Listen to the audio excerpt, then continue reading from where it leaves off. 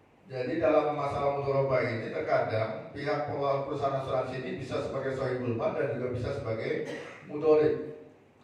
Sebagai mudharib karena dia menerima dana dari pemegang polis, dia mengelola. Sebagai sohibul mal karena dana yang dikelola itu terkadang tidak dia kelola sendiri, tapi dia reasuransikan. Dia masukin lagi kemana? Ke perusahaan asuransi. Ya, berarti dalam hal ini dia sebagai sohibul mal. Perusahaan asuransi sebagai sohibul mal, ya. Sebagai perusahaan asuransi yang lain ini sebagai mudharib, sebagai pengelola, ya. Nah, kemudian dikatakan perusahaan asuransi berjalan sebagai mudharib sebagai sohibul mal tadi sudah saya jelaskan, ya. Nah, keuntungannya adalah sesuai dengan disepakati untuk dana tabaruk, ya. Nah, jadi ternyata ya apa yang dilakukan oleh saya ini, sebagian ulama itu mengkritisi bahwa ini tetap haram, tidak boleh katanya. Ya. Apa alasan ulama yang mengharamkan? Yang pertama, adanya karena dalil-dalil yang digunakan tadi, yang dua hadis tadi, kaum Asy'ariyin, ya, dan dari hadis dari Abu Ubaidah bin Jarrah tadi, ini nggak tepat. Kenapa? Karena pada kedua hadis tersebut peristiwa bahayanya sudah terjadi, ya, sudah terjadi. Karena sudah terjadi peristiwa bahayanya, baru dikumpulkan dananya. Sementara dalam asuransi syariah, ya, itu bahayanya belum terjadi, betul nggak? Belum terjadi, tapi kita sudah mengumpulkan duit, ya. Ini perusahaan asuransi apa? Alasan yang pertama, ya, yang mengharamkan. Alasan yang kedua, karena terjadi penggabungan akad di situ. Ya, tadi sebagai kita ketahui dalam asuransi yang saving itu ada 3 akad, hibah, wakalah, dan apa lagi? Satu lagi? Ijarah.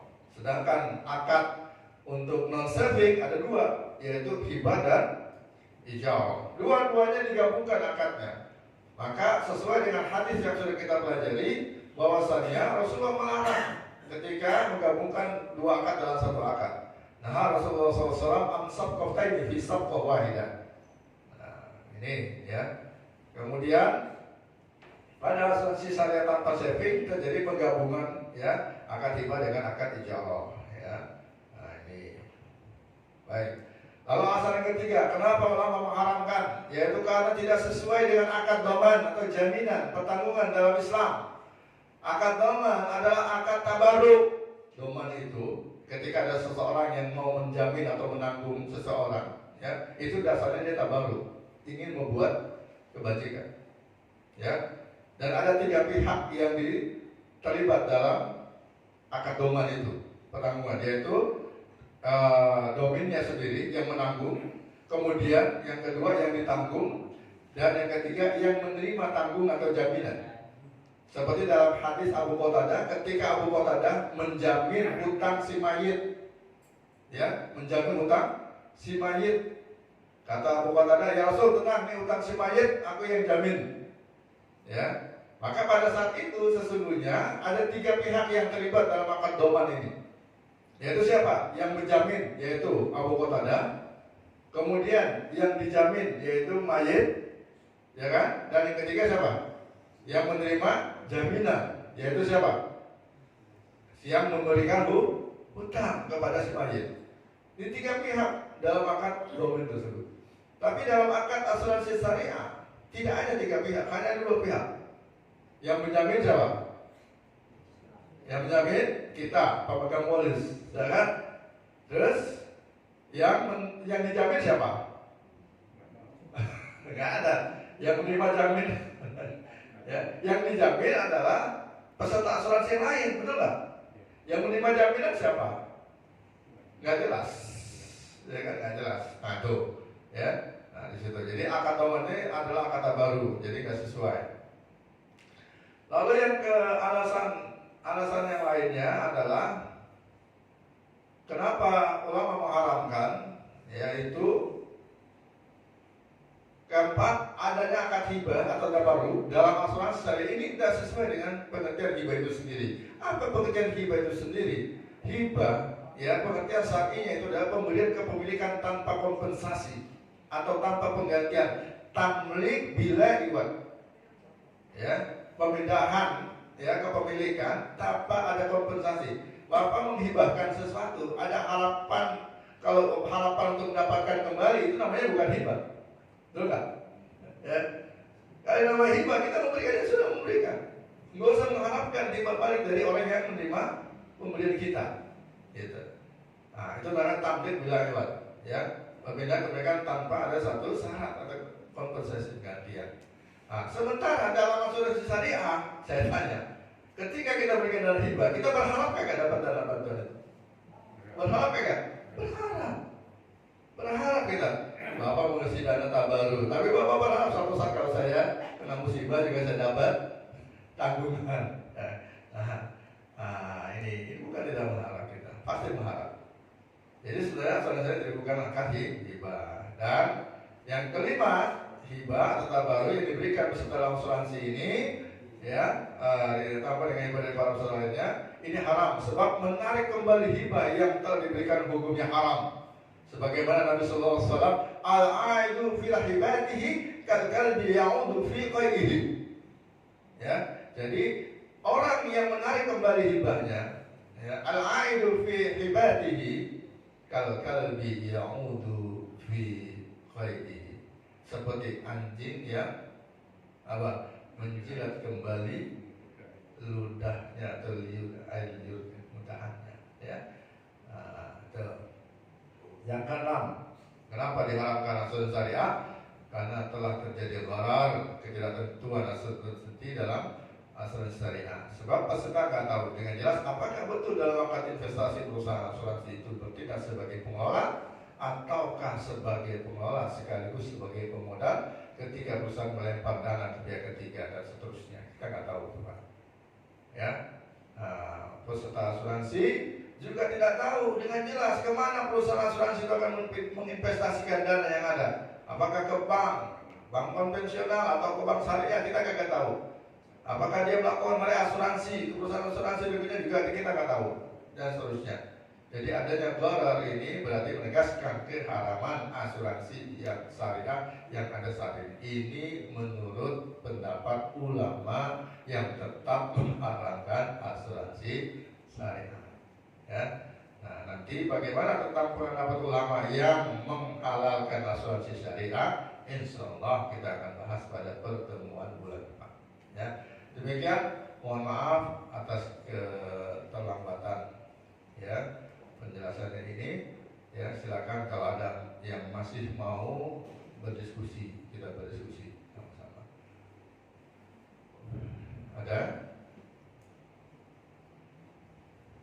Ibu-ibu, ada yang mau nanya tentang nikah lagi?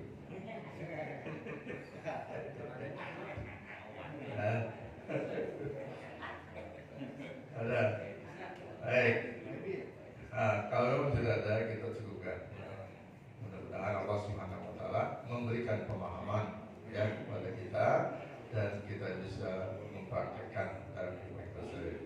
Kita tutup dengan doa kafaratul majlis. Subhanallahumma wa bihamdika asyhadu an la ilaha illa anta astaghfiruka wa atubu ilaik. Assalamualaikum warahmatullahi wabarakatuh. Waalaikumsalam warahmatullahi wabarakatuh.